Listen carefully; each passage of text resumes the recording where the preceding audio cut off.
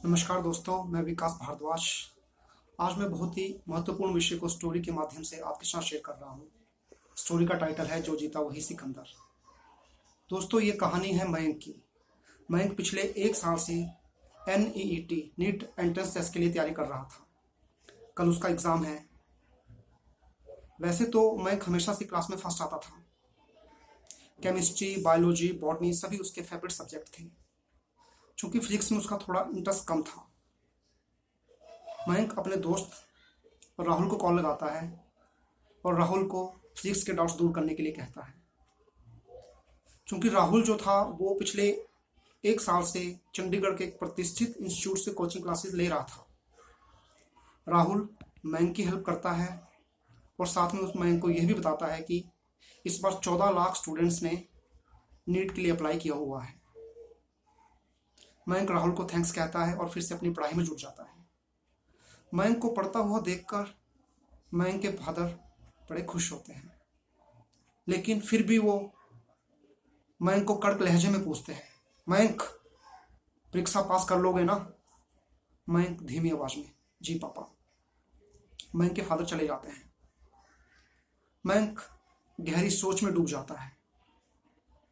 अगले दिन मयंक जब घर से परीक्षा के लिए निकलता है तो पूरे रास्ते उसके मन में नेगेटिव थॉट्स चल रहे होते हैं।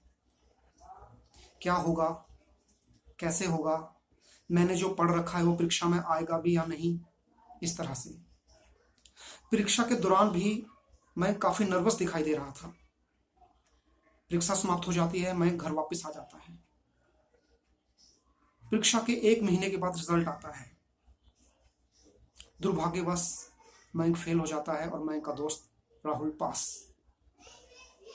जब मयंक को अपना रिजल्ट पता चलता है तो मयंक खुद को एक कमरे के अंदर बंद कर लेता है। वो सुसाइड अटेम्प्ट करने की कोशिश भी करता है। वो तो उसके फादर उसे टाइमली हॉस्पिटल ले जाते हैं। मयंक की जान बच जाती है। हॉस्पिटल से डिस्चार्ज होने के बाद मयंक वापस घर आ जाता है। पिछले 2 दिनों से मयंक ने कुछ नहीं खाया हुआ था। मयंक कमरे के कोने में बैठकर ना जाने किस गहरी सोच में डूबा हुआ था। अचानक मयंक का ध्यान स्टडी टेबल के सामने वाली दीवार पर जाता है। वो देखता है कि एक चिंटी मुंह में दाना लिए हुए दीवार पे चढ़ने की कोशिश कर रही थी। अचानक से चिंटी नीचे गिर जाती है। मयंक इस दृश्य को बड़े ध्यान से देख रहा था। चिंटी मिश्री के छोटे से दाने को उठाने की कोशिश कर रही थी और दाना उठाने के बाद वापस दीवार पे चढ़ना शुरू कर देती है। वो अपने लक्ष्य तक पहुंचने ही वाली होती है कि वो मिश्री का दाना उसके मुंह से नीचे गिर जाता है। चिंटी वापस नीचे आती है। मिश्री को उस दाने को उठाने का कोशिश करती है। क्योंकि ये जो दाना है मिश्री का, तो चिंटी के शरीर से कई गुना बड़ा है। काफी प्रयास करने के बाद चिंटी उस दाने को उठाने में सक्सेसफुल हो जाती है।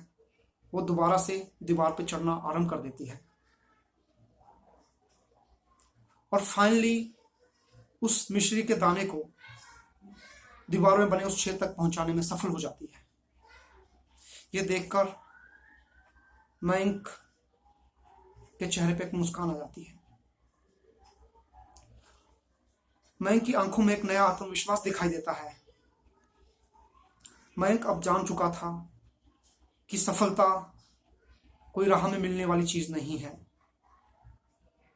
जरूरी नहीं सफलता पहले प्रयास में मिल जाए। सफलता के लिए काफी मेहनत करनी पड़ती है। लगातार संघर्ष करते रहना पड़ता है। वो जान गया था कि जब एक चिंटी, छोटी सी चिंटी सफल होने के लिए इतना संघर्ष कर सकती है तो हम तो फिर भी इंसान हैं। मयंक को अब समझ आ गया था। वो जानता था कि प्रकृति हमेशा इंसान को चेतावनी देती है, अच्छे और बुरे के लिए, लेकिन इंसान को जरूरत है उन संकेतों को समझने की। दोस्तों, ये स्टोरी आपको कैसी लगी? अपने कमेंट्स जरूर शेयर कीजिएगा। मेरे चैनल को लाइक कीजिएगा, सब्सक्राइब कीजिएगा। अगले हफ्ते हम फिर मिलेंगे एक नई स्टोरी के साथ, नई उम्मीद के साथ। तब तक के लिए मुझे आज्ञा दीजिए। धन्यवाद।